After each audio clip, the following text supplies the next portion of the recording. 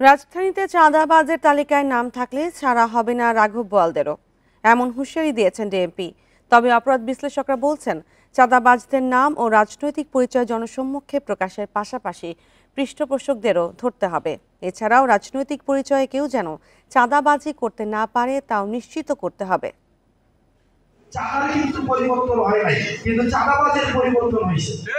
চাঁদাবাজদের হালনাগাদ একটি লিস্ট তৈরি করছি।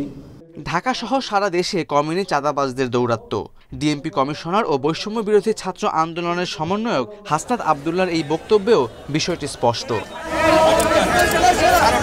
ডিএমপি কমিশনার শিগগিরই চাঁদাবাজদের ধরার কথা বললেও অপরাধ বিশ্লেষকরা মনে করেন, শুধু মাঠে চাঁদাবাজদের ধরলে মিলবে না সুফল। চাঁদাবাজদের পৃষ্ঠপোষকদেরও ধরার পরামর্শ তাদের।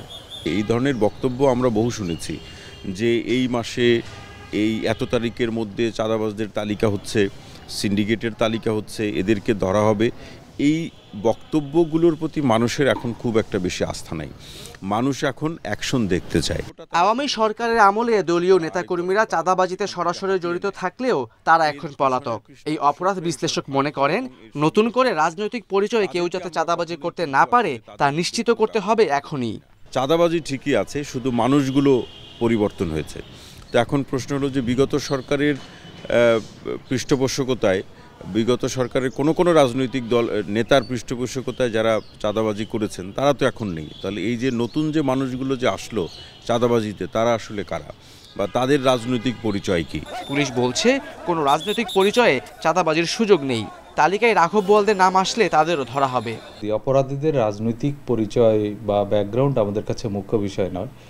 কোনো রাজনৈতিক দল থেকে নিশ্চয়ই তা কাউকে বলা হয়নি যে তোমরা রাজনৈতিক পরিচয় ব্যবহার করে চাঁদাবাজি করো।